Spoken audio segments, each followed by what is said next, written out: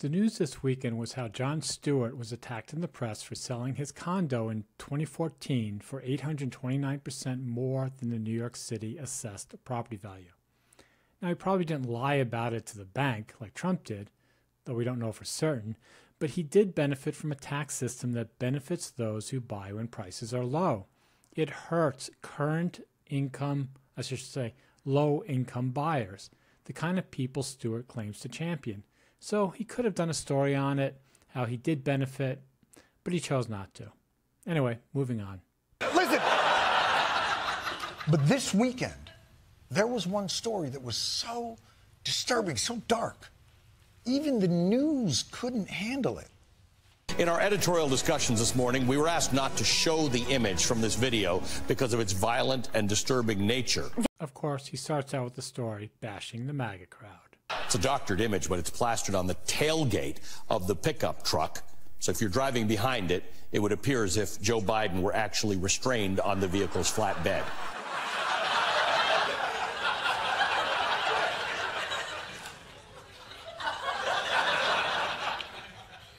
If you think that's really Joe Biden tied up on the back of the pickup truck, I don't know that you have the mental acuity to be operating a motor vehicle. You know what people do who see that pickup truck? Like, if you're not actually a Democrat or Republican, you just know, you're going to laugh. It's a funny picture. Republicans laugh at it. You know, Democrats that aren't, like, nuts would laugh at it. It's just a joke, okay? Nobody is seriously thinking it's Biden behind a pickup truck, so I don't get Stewart's joke. It's just a way to basically say that they're idiots, like saying, oh, well, if you believe that's Biden, you know, you shouldn't be driving. You know, the joke only makes sense, right, if you hate Trump supporters. If you hate people in the South, you know, and you're not going to believe that they can understand a joke or laugh at a joke if they're all like completely serious and would believe that Biden is behind a truck. Like, that's how stupid they are. I mean, that's what the joke rests on. Anyway, I don't want to belabor this stupid one. And as AI gets better and better, it's only going to make it more difficult to separate fact from fiction, which could be terrifying. It's very hard for me to cover this issue of AI because there's so much I want to say, and that's one of my problems of just going all over the place. The fact and fiction is not the issue. It's not really the question. That's not the problem with this new AI, whether it separates fact from fiction. It's really whether it can separate propaganda or marketing for objective analysis. And again, it just, you know, if I really get into it, I feel I'll just lose you, but whatever. Hopefully you're interested. So I'll just take one example. So on my other channel, I talk about how, so there are many manufacturers that are trying to sell audio recording devices that they say prevent microphone clipping, which is if I, talk like this, right? I shouldn't have done that. Anyway, maybe I'll just cut it out. Anyway, clipping of the microphone. And it's a lot of the manufacturers are trying to do this, saying 32-bit float will fix microphone clipping. Now, I've written some very detailed, long, objective, scientific articles about why it doesn't, and others have too. But the AI systems did not, as in Jon Stewart's words, hoover up these stories. So when you ask AI, does 32-bit float fix microphone clipping, it essentially takes all this propaganda and marketing, I should say not propaganda, but marketing stories, takes all these marketing stories and rewrites them to what they're generally saying of their reasoning for how 32-bit float fixes clipping. And they talk about 0 dB, I forget the term for it. But anyway, they use a bunch of fake marketing speak. So it's wrong. It's just wrong.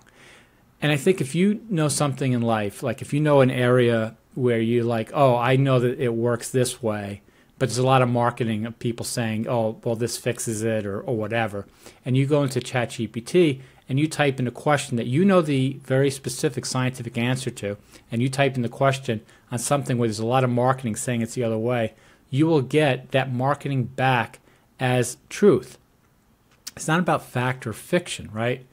It's about what you believe is true, because people who believe 32-bit float fixes clipping, they're going to believe it, right? It's almost like it doesn't make a difference what's true or not on a scientific basis. It sort of matters what people believe. And that's the problem with this stuff. It's like, there's a phrase, garbage in, garbage out. Well, it's also marketing in, marketing out. Propaganda in, propaganda out. And this is the conversation you should have had with Lena Khan, at the Federal Trade Commission. But Jon Stewart has not done his homework here. He's not really he's not read about AI, how it works. The whole thing, first of all, I found the toaster joke hilarious. I loved the toaster bit. And I love that when he was just basically making fun of these CEOs saying that, AI was better than fire and stuff. Yeah, I love that stuff all day long. But when you're going to start lecturing me about how AI is going to take jobs away and how AI, makes it difficult to separate fact from fiction, you need to know what you're talking about. You just need to know. If you're not going to make a joke and you're going to say it's going to take away jobs, you're going to say that it prevents you from separating fact from fiction, you need to explain more. And when you talk about prompt engineers, you have to understand what they really were doing. First of all, it's a fad that lasted a few weeks. A bunch of people looked at AI. They're like, oh, well, unless you ask it the right question, you won't get a good answer. So I'm going to learn how to ask it the right question and get the right answer. Now, it was just a fad again, and it's gone away. So he's repeating something like it's like a half-year-old, like nobody thinks about it anymore. But prompt engineering, what they were doing and why they were successful is important to understand. And again, I'd have to go into a long thing of how the technology actually works. Again, very fascinating. But the short answer is, I'll see if I can just do it's cuff in my tough. Imagine you could live forever and you could compress 300,000 years down into an hour. So you could just stop the world, and for 300,000 years, you could read every book.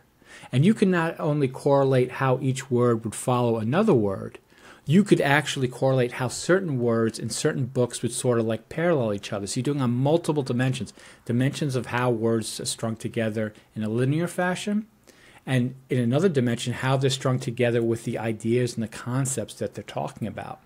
And then when you have this huge matrix, and somebody gives you the beginning of a question, so when if it said what are the principles of comedy, right? What it's going to do is it's going to look at everything that's been written about the principles of comedy. It's going to go through all these, these matrices, and it will sort of figure out, if everybody who wrote all these books and articles that you read over 300,000 years, if you could instantly recall them and sort of just summarize what they're saying, then the next word, it would tell you what that next word would be if you asked the question, what is comedy? What is comedy? And then the next word would be comedy is, and then again, sort of vectoring in all these answers from AI. That's how it works.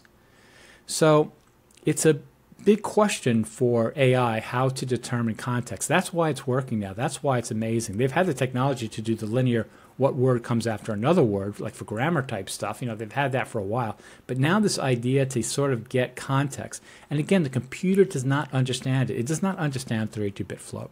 It does not understand mRNA vaccines. It doesn't understand anything.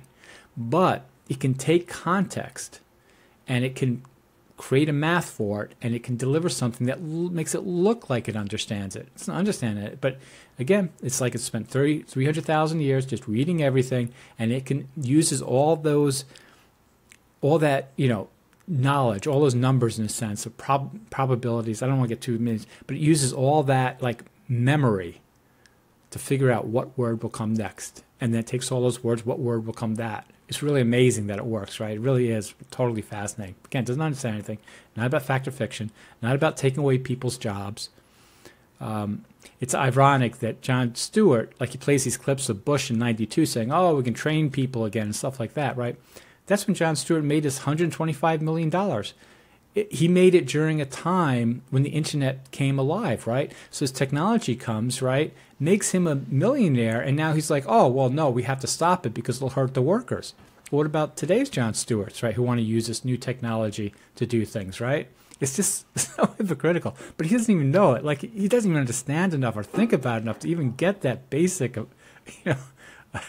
Anyway, okay, so that's enough. Yeah, I wish I could do more of this video, but anyway, till next time.